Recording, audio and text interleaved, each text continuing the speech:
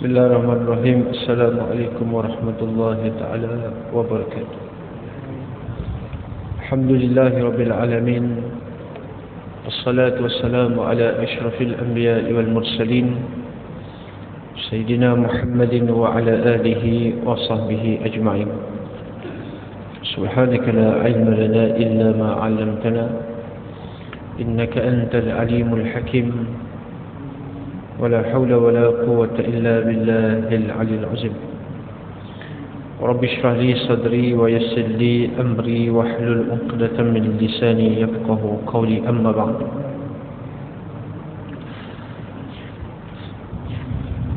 Baik, yang pas saya sentuh tentang perkara yang dilarang keras oleh Nabi SAW adalah melintasi di hadapan orang yang sedang solat. Sebab itu disunatkan bagi orang yang solat itu meletakkan sutrah. Sutrah bermaksud satu halangan ataupun tanda yang mengisyaratkan bahawa dia sedang solat. Kerana daripada hadis daripada Abi Juhaim radhiyallahu anhu, qala Rasulullah sallallahu alaihi wasallam, law ya'lamul mar'u baina yaday musalli ma kana alayhi lakana an yaqifa 40 khairan lahu min an yamurra baina yaday. Seandainya orang yang nak melintasi, al-mar'u bermaksud orang yang nak lintas, disebut sebagai isim fa'il. Isim fa'il ini orang yang nak melintas dan juga orang yang dah lintas. Dia tahu apa balasan yang dia akan dapat. Lakana an yaqifa 40 khairan lahu. Misalnya dia berdiri selama 40 ini ada disebutkan 40 hari ataupun 40 tahun. Lebih baik daripada dia melintas di hadapan orang yang sedang solat. Walaupun melintasi di hadapan orang yang solat itu tak sampai 1 minit pun, sekejap dia lintas. Tapi dia tunggu itu selama 40 tahun lebih baik. Ini adalah satu ancaman daripada baginda Nabi SAW menghormati orang yang sedang salat. Kemudian yang dimaksudkan dengan melintasi di hadapan orang yang salat itu adalah di tempat sujud dia. Melintasi betul-betul di tempat sujud. Bukan maksud tak boleh langsung depan, tapi adalah di tempat sujud. Baik, itu adalah perbahasan yang lepas. Kemudian malam ini tentang sujud sahwi. Hadis daripada Abi Sa'id Al-Khudri radhiyallahu ta'ala anhu qala Rasulullah sallallahu alaihi wasallam, idza syakka ahadukum fi shalah, apabila kamu ragu di dalam salat, ada keraguan di dalam salat, falam yadri kam shalla, dia tak tahu bilangan yang dia sembahyang itu berapa rakaat, salasan, 3 ataupun 4. Dia ragu-ragu, dia syak di dalam salat, rakaat yang dia sedang salat itu 3 ataupun 4. Kemudian kata Nabi, falyadrihi syakka, buang syak jauh-jauh, wal yabni ala mastaiqana, kemudian dia buat berdasarkan apa dia yakin. Summa yasjud sajdatain qabla an yusallima, kemudian dia hendaklah sujud 2 kali sebelum memberi salam. Fa in kana shalla khamsan syafa'na, seandainya kalau dia yakin yang dia solat itu 4, Ataupun beginilah, senang cakap, kalau seandainya yang dia yakin itu sebenarnya dah lebih, sebenarnya dia solat 5 rakaat, tapi dia yakin yang dia tak cukup, maka 5 rakaat itu adalah rakaat yang kelima, yang dia tak tahu itu adalah rakaat kelima, sebagai pelengkap. Wa in kana shalla itmaman li arba'in kanata targhiman lisyaitan.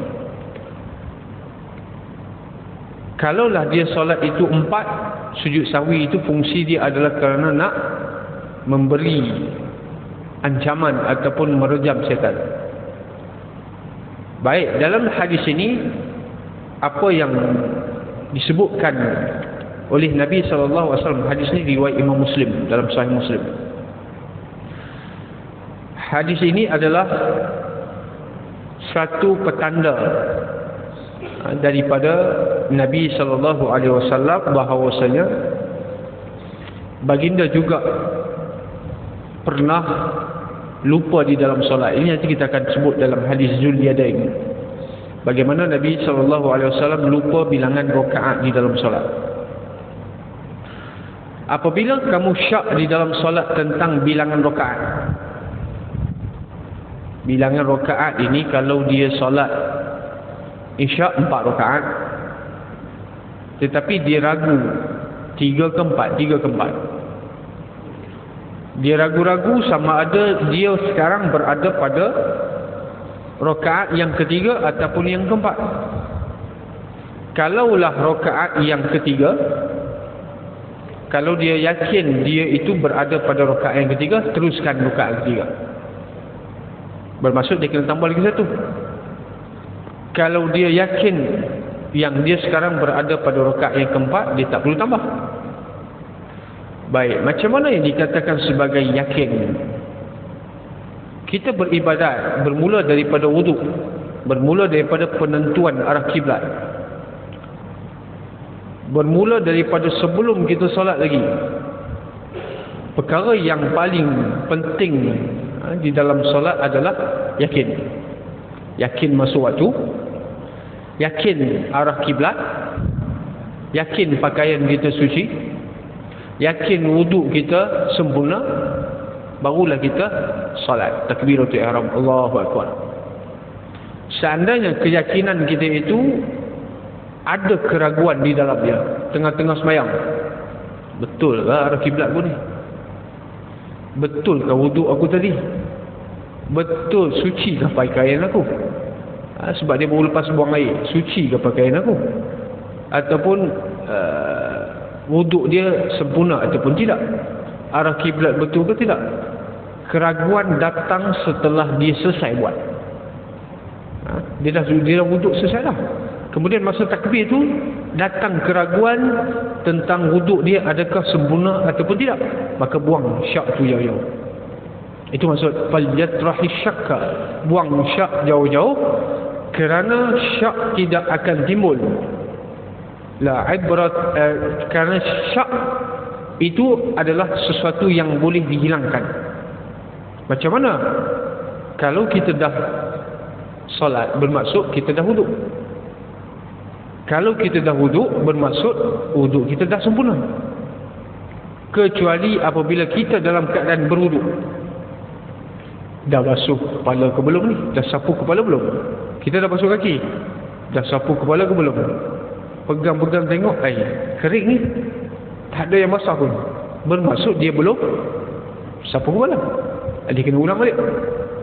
Tapi kalau timbul syak sapu kepala ataupun belum, sedangkan dia dah basuh kaki dan dia tengok ini basah ni, basuhlah, maka tidak perlu lagi diulang menyapu kepala, sebab dia dah berada pada membasuh kaki. Jadi syak ini dia boleh memberi kesan ataupun boleh memberi mudarat, memberi kesan di dalam amal ibadat, yang mana kesan dia adalah menyebabkan ibadat kita menjadi tidak sah. Macam mana situasi dia? Baik, kita syak pada arah kiblat sebagai contoh. Syak pada arah kiblat arah sini ataupun arah sini. Ada orang sembahyang sini, ada orang sembahyang sini. Kemudian kita nak ikut yang mana ni? Kita tengok arah, petunjuk arah yang kita punya, kita solat arah sini, maka kita sembahyang sini. Tak boleh ikut orang. Sebab apa? Syak di dalam amal ibadat tidak sah. Kita melakukan amal, sama ada wuduk, sama ada solat, sama ada puasa, sama ada apa jua amalan yang kita buat, terbina di atas zan. Apa dia zan? Sangkaan berat.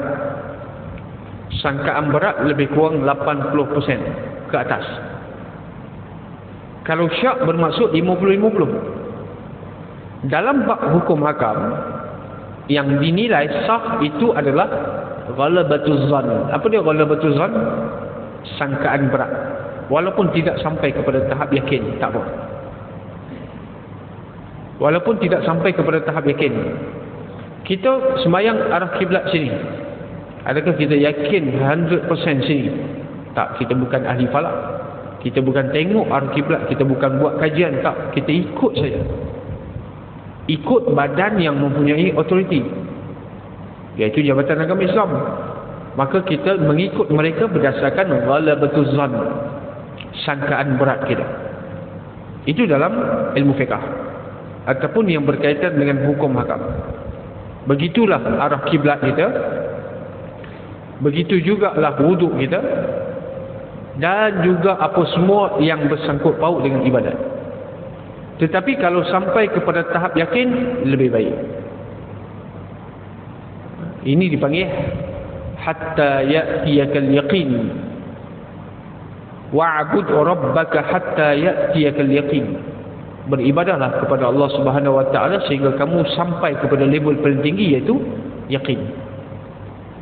Tetapi dalam aspek akidah, tauhid, keberimanan kita kepada Allah, mesti dalam, orang kata apa, kalau kita nak beri persentage 100%, 99.9 tak boleh. Itu dalam bab akidah. Contohlah, kita kata saya yakin Tuhan itu satu, Allah itu Esa satu. Berapa keyakinan kamu? Adalah dalam 90%. 10% lagi tak yakin. Itu tak boleh. Sebab itu dalam bab akidah tidak dibenarkan, tak sah, ataupun tidak dianggap sebagai akidah kita itu akidah yang sahih, kecuali kita yakin 100%. Cuma dalam bab amal ibadat ni ada kelonggaran. Ada kelonggaran. Sebagai contohlah, kita mandi wajib, mandi hadas. Yakin kan? Yang air itu sudah meratai segenap segi, segenap inci tubuh badan kita, daripada atas ujung kepala sampai ujung kaki. Sedangkan air yang kita gunakan minimum. Yakin kan? Tak yakin. Saya pun tak yakin. Tapi sangkaan berat dipanggil zan, itu 80%, 90%, maka dibenarkan dan juga dianggap sebagai amalan kita itu sah. Tetapi kesan syak ataupun kesan zan ini, jangan kita sangka zon kita ni tak boleh disangkal lagi. Boleh. Zon kita boleh disangkal. Sebagai contoh, saya yakin masuknya waktu solat fardu zuhur. Saya duduk satu tempat yang tak dengar azan, jam pun tak ada, apa pun tak ada. Saya cuma berpandukan kepada matahari. Tengok, ini masuk tu zuhur ni. Saya sangka dengan apa yang kita belajar, kita tahu macam mana nak tengok arah, macam mana nak tengok masuknya waktu solat. Kita pun solat lah, sebab kita dah yakin masuk waktu zuhur. Sembahyang, Allahu Akbar. Lepas bagi salam, ada orang datang. Ada orang pula celah tu kan, dia kata, awak sembahyang mana? Sembahyang zuhur. Dia kata zuhur tak masuk lagi. Bila dia kata zuhur belum masuk lagi, kita jangan pertahankan, oh ya aku yakin masuk dah. Jangan. Sebab keyakinan kita itu tidak bertepatan dengan realiti. Ini disebut dalam kaedah la ibrata bizannil bayn khata'. Tidak dianggap sah kita punya sangkaan kita itu apabila nyata dalam pada realitinya apa yang kita yakin itu salah, maka kena ulang balik solat. Sebab apa? Sangkaan sahaja tak cukup, kena bertepatan dengan realiti. Dalam amal ibadat dia ada dua aspek yang perlu ditekankan. Yang pertama dipanggil zannul mukallaf. Sangkaan kita kena ada, sangkaan berat kita kena ada, bukan boleh main ikut-ikut tiru-tiru orang. Sangkaan kita, azan maghrib kita sangka dan kita tahu ini masuklah waktu maghrib, kita pun sembahyang. Yang kedua adalah nafsul amri. Apa dia nafsul amri? Hakikat sebenar. Kita sangka masuk waktu maghrib, kemudian lihat kepada hakikat yang sebenar. Setelah nyata selepas itu hakikatnya tak masuk lagi waktu maghrib, sembahyang kita tak sah. Jangan keras, aku yakin sah. Tak boleh. Keyakinan kita sudah pun terbatal. Dengan sebab ada orang bagi tahu yang kita sembahyang itu sebenarnya belum lagi masuk waktu. Jadi sebab tu saya sebut tadi, sangkaan berat kita boleh disangka. Sebab dalam bab ibadat dia kena ada dua benda. Saya ulang balik. Zannul mukallaf, sangkaan daripada seorang individu. Sangkaan wuduk dia sah, sangkaan dia telah menutup aurat, sangkaan dia tidak bawa najis dalam solat, sangkaan dah masuk waktu solat dan sebagainya. Yang kedua, apa yang disangka tu tengok bertepatan dengan realiti ataupun tidak. Hakikat sebenarnya bercanggah tak apa yang disangka. Kalau hakikat sebenarnya bercanggah dengan apa yang disangka, sangkaan dia itu terbatal. Itu kaedah. Kamu belajar fiqh dia ada kaedah dia. La ibrata bizzannil bayyin khata'u. Tidak dianggap sah sangkaan yang jelas salah. Sebagai contoh, kita berwuduk dengan air yang ada di dalam baldi. Selepas kita berwuduk, sebelum kita wuduk sudah mestilah kita sangka air itu sah untuk dibuat wuduk. Setelah kita berwuduk, ada orang bagi tahu air itu tak boleh guna wuduk tu. Air itu dah terkena najis. Air itu bukan lagi sifatnya mutlak. Air itu bukan najis, sudah terkena najis. Lepas tu saya yang telah berwuduk dengan air itu, saya tak boleh cakap aku dah yakin, saya dah yakin. Tak, yakin saya itu terbatal dengan sebab hakikat realitinya orang itu tahu air tersebut sudah pun terkena najis.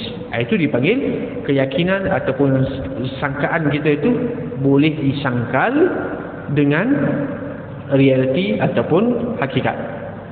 Baik, dalam hadis tadi Nabi SAW mengatakan siapa yang syak dalam solat. Syak dalam solat ini memang berlaku. Sebab kita sembahyang bukan fokus sangat pun, bukan khusyuk 100%. Ini hakikat. Ini hakikat. Sembahyang kita daripada awal kita takbir sampai kita beri salam, bukan kita yakin, bukan kita khusyuk daripada awal takbir sampai salam. Kadang-kadang teringat macam-macam hal lah, kan? Teringat payment tak masuk lagi, teringat apa menu malam ni, teringat macam-macam dalam solat ni. Sebab syaitan ni dia nak ganggu bukan orang yang tak solat. Orang yang tak solat memudahkan kerja dia, dia biarlah. Berapa nak ganggu lagi? Lagi banyak amal, lagilah dia nak ganggu. Lagi banyak beribadat, lagilah dia nak kacau. Sebab tu lintasan hati yang masuk, kadang-kadang kita terlupa baca Fatihah, terlupa rakaat, sebab ingatan kita, fikiran kita melayang pergi ke tempat lain. Jasad kita duduk dalam saf, tapi fikiran kita duduk di rumah. Fikiran kita duduk di mana-mana tempat. Itu dipanggil lalai dalam solat.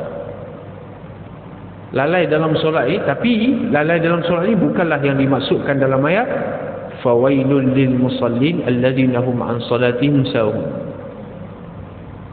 Ini ramai orang salah faham ayat ni. Minta maaf, ramai orang salah faham ayat ni. Dia terjemah macam mana? Kecelakaan bagi orang yang lalai dalam solat. kecelakaan, bila sebut kecelakaan ni, wail ini, bila kita jumpa dalam Quran perkataan wailun, dia ada dua makna. Yang pertama bermaksud al-itab, ancaman, kataan yang seolah merujuk kepada celaka. Yang kedua, tafsiran yang kedua, wailun dengan maksud wadin fil finnar, satu lubang, satu lembah dalam neraka. Kita jumpa banyak kan, wailul lil mutaffifin, fawailul lahum, kemudian wailul likulli humazatil lumazah, perkataan wail. Lepas tu ada juga fawailul lil musallin alladzina hum an salatihim sahun. Kalau macam tu terlupa rakaat ni, celaka. Ni silap faham ni. Sebab ada orang salah faham ayat ni, diterjemah macam mana? Kecelakaan bagi orang yang lalai dalam solat. Sebenarnya bukan lalai dalam solat. Kecelakaan itu bukan lalai dalam solat. Kecelakaan itu bagi orang yang melambatkan solat sehingga habis waktu. Contoh lah, macam mana dia lalai? Waktu asar dah nak habis, ada lagi lebih kurang 10 minit, 20 minit. Kita relax dulu lah, rehat dulu lah.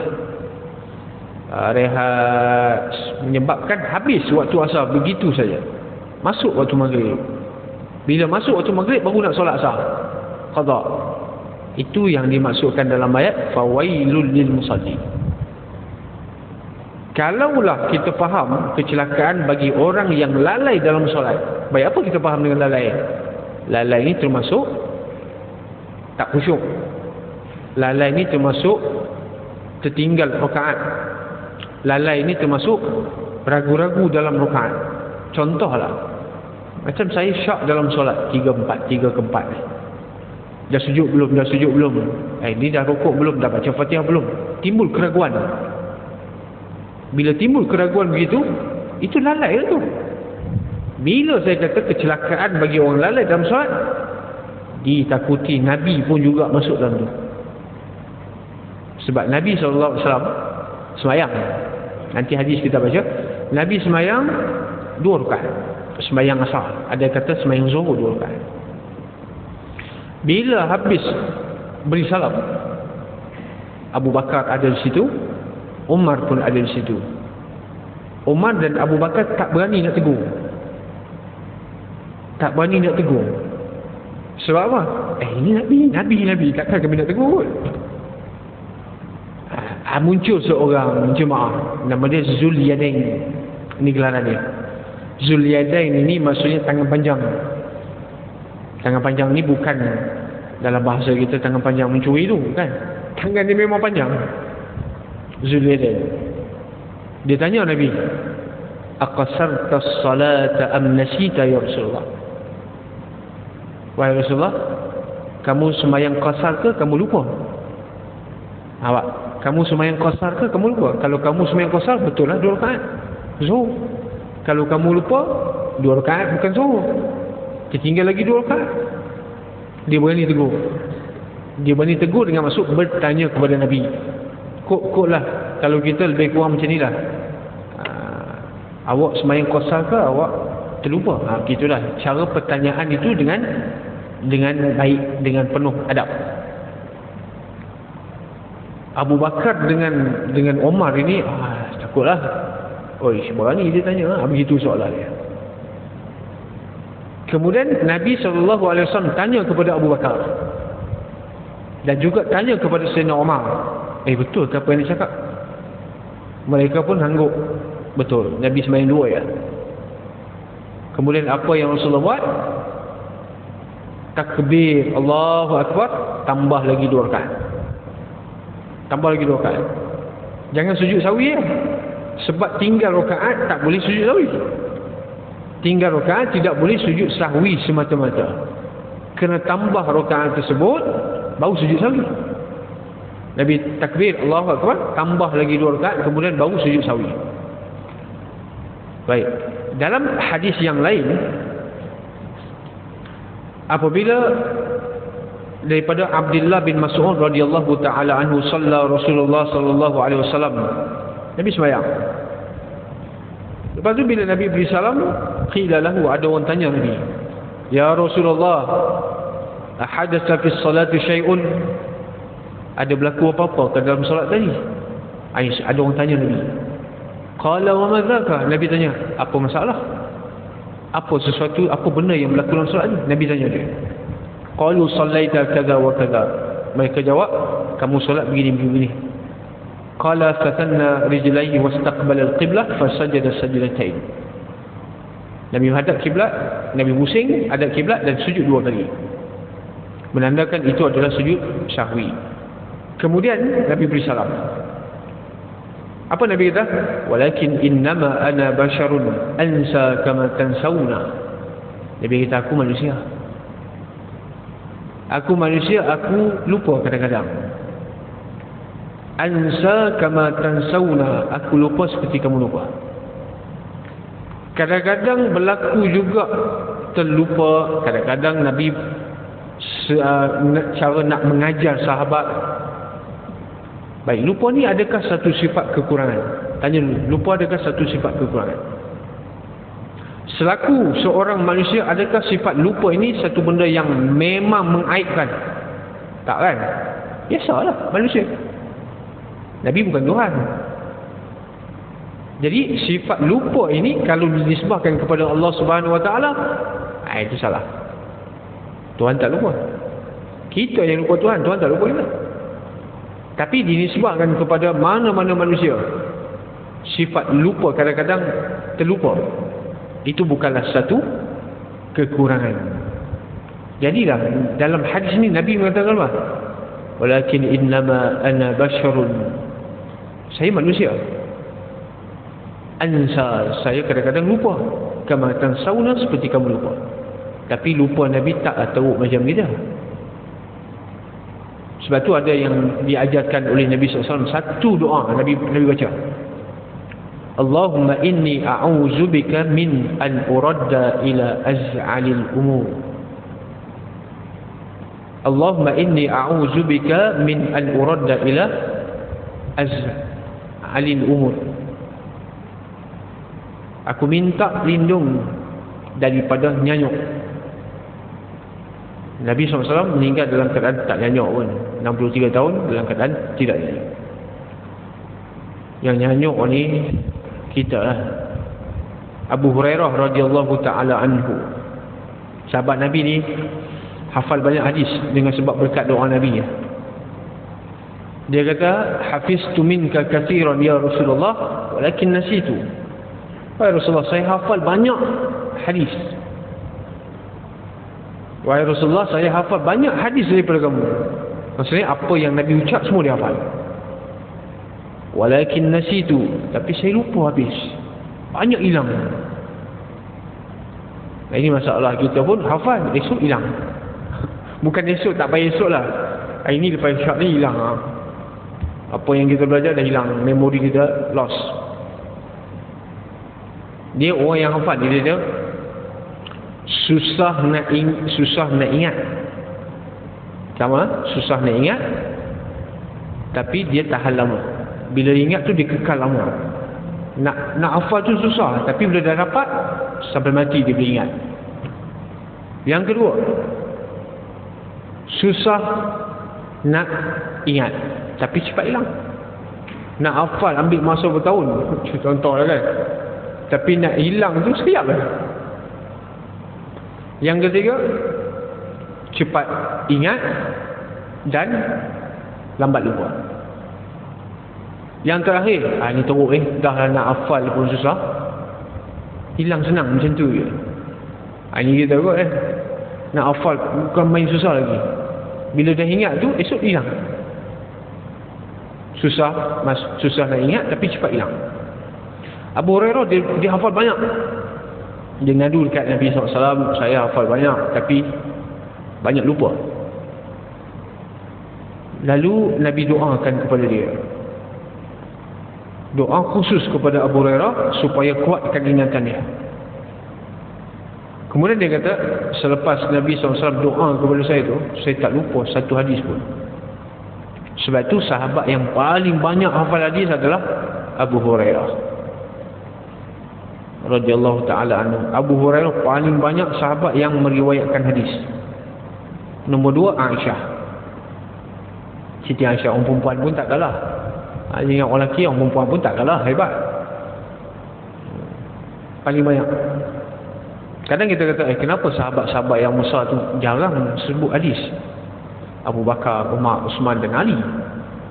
Kerana mereka tidak sepenuhnya bersama Nabi. Mereka bukan 24 jam bersama dengan Nabi. Jadi banyak kadang-kadang mereka terlepas. Kerana mereka memikul tanggungjawab Nabi hantar pergi ke satu tempat, pergi ke tempat lain untuk berdakwah dan sebagainya. Abu Hurairah ni memang duduk dengan Nabi. Kalaulah dikatakan lupa dalam solat itu adalah satu kecelakaan, Nabi SAW juga lupa dalam solat. Jadi ingat, fawailul lil musallin alladzina hum an salatihim sahun, bukan lalai dalam solat, tetapi lalai sehingga tidak solat. Itu maksud dia. Kalau lalai dalam solat, memang benda yang tak boleh elak. Sebab apa benda tak boleh elak? Macam mana dikatakan perkara yang tidak boleh elak? Kita punya fokus, pejam mata pun masih lagi terganggu dengan benda-benda asing. Jadi adakah termasuk perkara yang Allah Subhanahu Wa Taala bebankan kita? Tak. Kita dah usaha tapi belum dapat.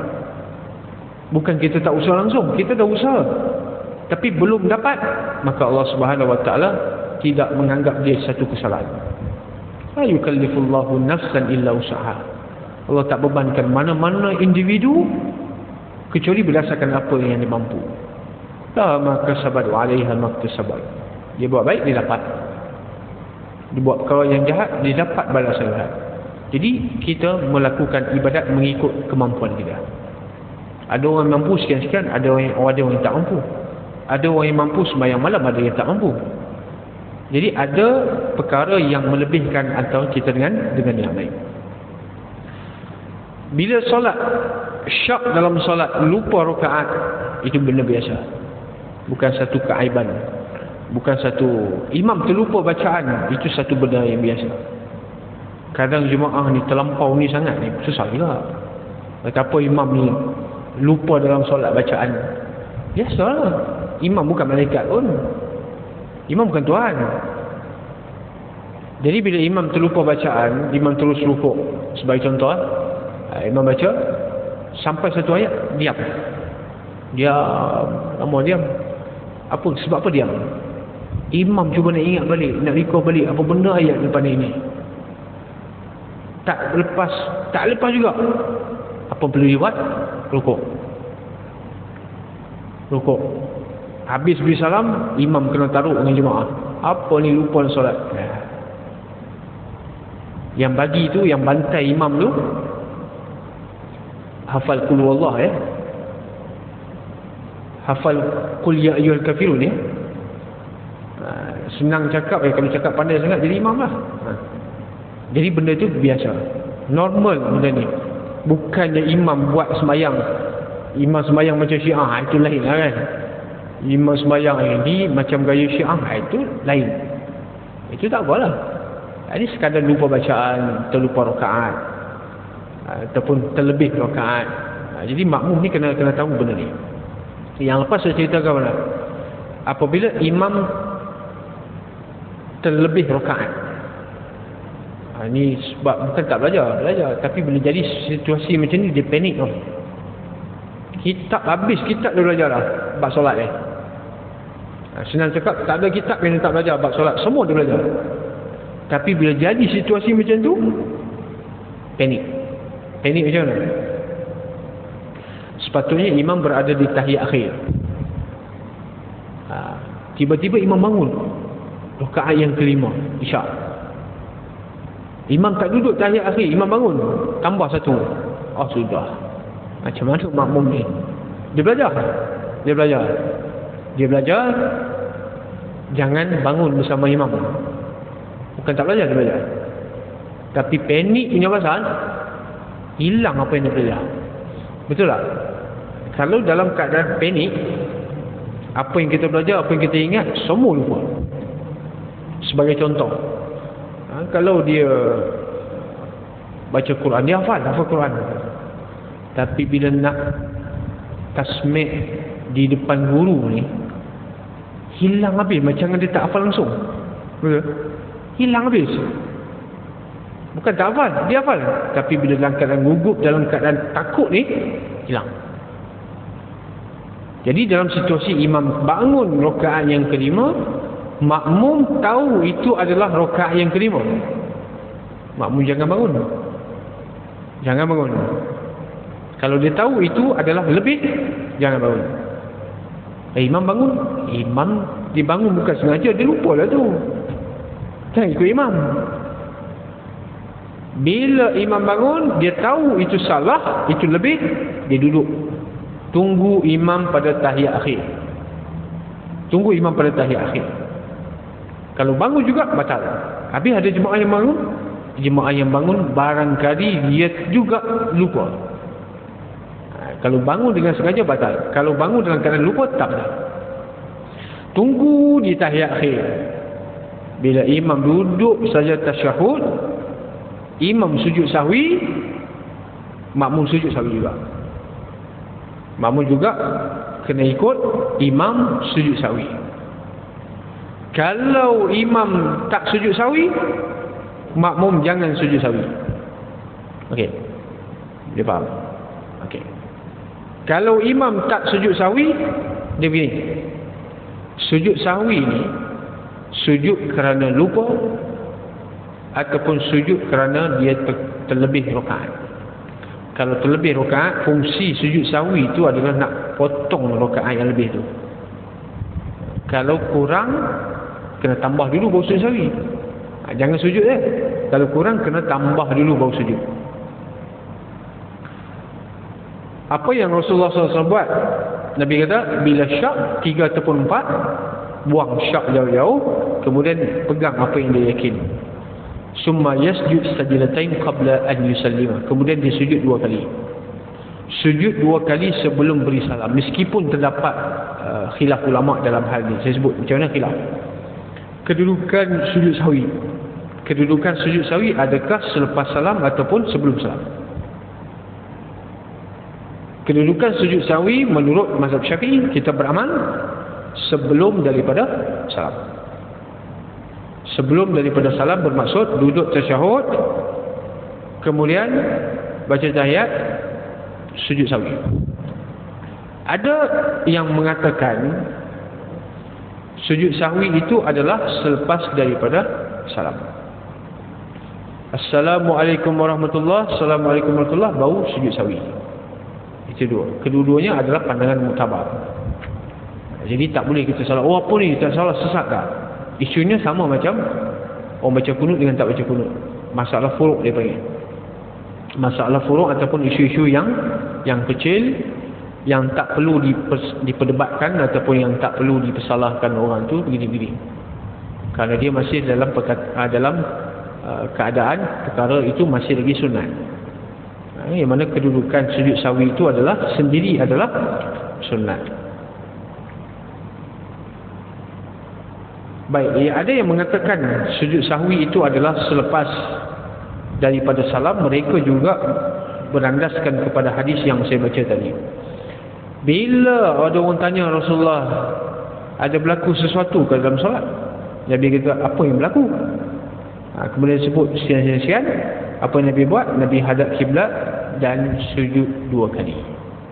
Nabi sujud 2 kali. Itu dipanggil sebagai sujud sahwi. Yang mana sujud ni lupa lah.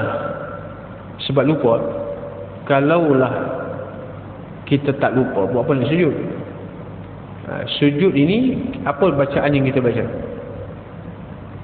Agak bacaan apa kita baca? Sajada wajhiya lillazi, itu sujud ada. Subhana man la yanamu wa la yasqu. Dalam sujud sahwi pun kita bertasbih kepada Allah Subhanahu wa taala. Sebab apa kita tasbih? Yang mana maksud dia apa? Maha suci Allah yang tidak tidur dan tidak lupa. Yang tidur, yang lupa, yang lalai, yang kurang kita. Allah Subhanahu wa taala tidak kurang, tidak lupa, tidak lalai dalam solat. Yang kurang adalah kita. Baik, itu benda biasa. Terlupa dalam solat adalah perkara yang normal, yang berlaku kepada kita dan juga berlaku kepada Nabi SAW sendiri. Cuma yang berlaku kepada Nabi itu adalah nak mengajar umat. Nak mengajar umat. Kalaulah tidak berlaku Nabi solat zuhur 2 rakaat, kita pun tak tahu sujud sahwi, tak sampai kepada kita sujud sahwi itu apa dia. Itu dia adalah sebagai ta'liman li ummati, mengajar umat. Nabi SAW mengajar kita sendiri macam mana keadaan dia. Sebab kita diperintahkan dalam hadis yang lain, sallu kama ra'aitumuni usalli. Kita sembahyang ni ikut Nabi. Macam mana kita nak ikut Nabi? Kena belajar. Sebab salah silap apa yang kita belajar itu, sandaran dia mesti sampai kepada Nabi SAW. Sebab tu guru yang mengajar ni macam-macam orang. Jangan tersalah ataupun jangan tersilap memilih guru. Sebab agama ni ada sandaran dia. Al-isnad min ad-din. Sandaran ataupun dipanggil sanad ini, berentetan sampai kepada Nabi itu adalah sebagai satu cabang dalam agama. Siapa yang tidak ada sanad ataupun tidak ada sandaran guru ataupun tak tahu dia ni belajar mana, tiba-tiba dah berceramah lah, dulu bukan pelakon ke, contohlah kan, dulu bukan artis ke, tiba-tiba dia ceramah.